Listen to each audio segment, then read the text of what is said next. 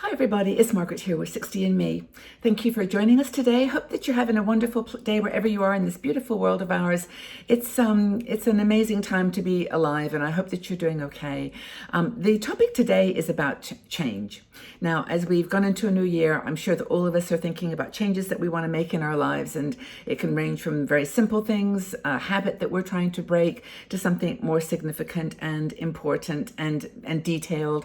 But it's that ability to have a vision of where you want to be, what do you want to do, and then changing the habits that will lead you to that. And that's hard. Changing habits are difficult. Now, Linda Ward is one of our bloggers, and she wrote this article on why it's feeling stuck is so comfortable. So you're looking to change something, but it's just easier to stay where I am, stay stuck in this place that, you use the word stuck because there's some negativity or some impatience to it, like you don't really want to be there, but it's comfy. We're comfortable. We know that we're here, we're doing this, this habit is continuing, whether it's smoking or drinking or, I don't know, it could be any number of things that are hurting your body physically, not exercising, not meditating, just not being mindful about your situation. There can be so many things that, we are feeling we need to change. But I think I'll just one more day, one more week, month, year. It's hard. And we know sometimes all the steps that are needed. We know all the things that we have to do. Like for me, one thing is losing weight, or at least getting healthier and physically more fit, stronger. Maybe that's a better way of looking at it. I want to live a healthy, strong life, but I know that I've got some habits in the way I eat, the way I don't move too much, I sit at my computer a lot, that are just not conducive to that. So we can tweak the behavior, we can try to do little things, but we don't get to the fundamental change that we know is needed. So what helps us to break these habits and to get out of them? Now, what is it for you? What habits are you trying to shift or break? It could be staying in an unhealthy relationship. It could be living somewhere that you don't want to be, or where your situation has changed. It could be changing the job that you're in. Maybe if you're still working or you're doing something part-time, or it could mean a relationship or a friendship that you need to change, something that is not good for you anymore, that is something that's not making you feel happy and fulfilled and trusted and comfortable. But you stay in those situations because it's just comfortable. It's difficult to make a move. So I think there's a quote, and Linda actually mentions this quote, and I thought I had read this by Anais Nin, who was an amazing woman. She wrote a book of her diaries, really about her trying to break away from situations that were not good for her. And she said the pain of, the pain of staying is actually worse than the pain of going. So in other words, that's when you make change, when the pain of staying is worse than the pain that would be involved in leaving or moving on or doing something different. So bad relationship, I know it's so hard, especially if you've been in that relationship for a long time.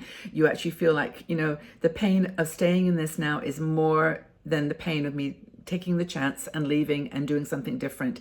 That's the tipping point, I think, where you start to then take action and you start to do things. So she gives you 5 tips to consider. Now, the first thing is just simply to ask yourself, how much do you want to change? On a scale of 1 to 10, how much do you want to change? Now, if it's below 7, then there's a very good chance that that's not gonna happen. If it's below 7, you'll never do it because there's just not enough motivation. But if it's 8 or 9 or 10, then you've got a motivation. So you have to know, how much do you want this change, and and then again, what's motivated it? Was there something that happened? Was there like a situation or a conversation or an event, something that was just like a breaking point, a point where you said, that was it. That after that point, I'm not going to do this anymore. It could have been something like, I don't know whether Linda mentions this in her article, but it could be something like a diagnosis. It could be, that you need to get healthy, and then suddenly you have a diagnosis. And the diagnosis means that, well, not only do you have to do that thing, that in a way nothing is ever too late, but you've gone past a point where your body is in need of help. So a diagnosis can be it. It could be being just verbally or physically abused. It could just be that you've just taken so much from a relationship, and it doesn't have to be physical. It can be, just that constant bickering or arguing or disagreement that makes a relationship just not comfortable. It's just not fun anymore. It may be an image or a picture. I know I got motivated to think about losing weight when I saw a picture of myself with my grandkids, and I thought, wow, I feel okay. I feel healthy and all the rest of it. I looked at the picture. So it may just be looking in your mirror and say, hey, not beat yourself up, but just say, whoa, I need, or I would like to do something to improve this or that, and just do it.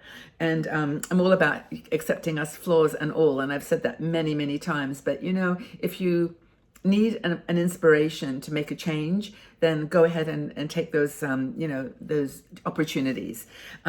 When are you going to get out of feeling stuck?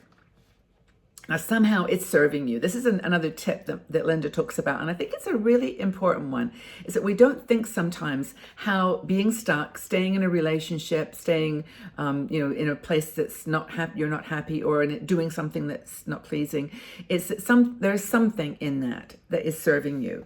And it could just be something like the fear of change, of course. You could just be really terrified of being financially, insecure if you left a marriage where that was one of the strengths. Or it could just be that you think that you can't live without that thing in your life, or that reality. It could be a habit, like it could be under drinking or smoking or something that is hurting your body. But it's just like, understanding the psychology of why that is serving you. It most of the times is, I think, helping us to not face reality.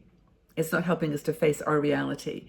So, if you're spending a lot of money or you're shopping too much, there's something that's very soothing about that, but it's not helping you accept the reality that you're not working any longer, or you've got no income, your budget is now reduced. You've got to accept those realities.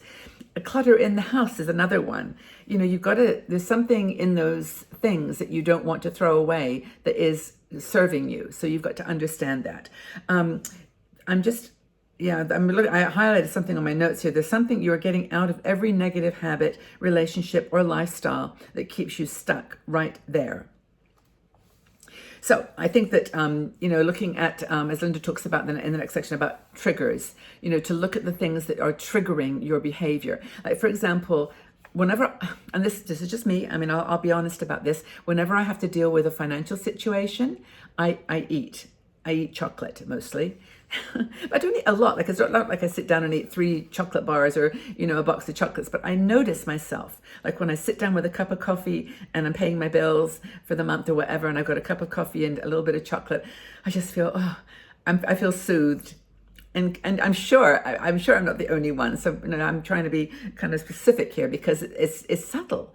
It's really subtle, but you probably almost certainly have got things that you do with certain triggers. And bringing your attention to the trigger is helpful. And maybe a little bit, half a piece of chocolate as opposed to the whole thing, or just even knowing that you're doing it, doesn't matter. But just knowing that that's your one thing that you have a habit to do. You can't get too discouraged over, life situations, because your reality is the result of like years of of work. But if you can look at all the tasks that you're doing that you don't think are, they're ones you want to escape, try, instead of saying I have to do this thing, say I can do this thing, or I choose to do this thing. And then somehow you don't have to actually let that thing go. You just approach it differently. So for example, if you're going to clean up your kitchen or downsize, I have to clean the floor. But, it's like, I choose to do it. It's in your control.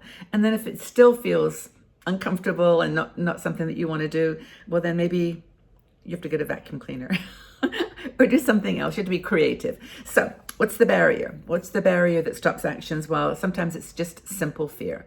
And if you read the article by Linda, I think you'll get some really good ideas, because I think getting unstuck from something that you're dependent on, that you're getting joy from somehow, that's servicing or supporting something in you that you don't want to change, then there's a big fear. It's hard, especially when you're 60, 70 years old and you have been doing this thing for so many years and you're in a routine. Getting unstuck certainly is comfortable, and it may override or outweigh anything you have to do to change it. So are there any things that you are stuck in your life, or stuck with? If you want to leave your comments below, this is a place where you can support each other and chat, and it's sometimes helpful just to share. So if there's anything that you feel stuck to, or that you want to change, leave it in the section and we'll have a conversation. And if you enjoyed this video, please share it with other people. The best way to do that is to leave a comment below, or just to like the video.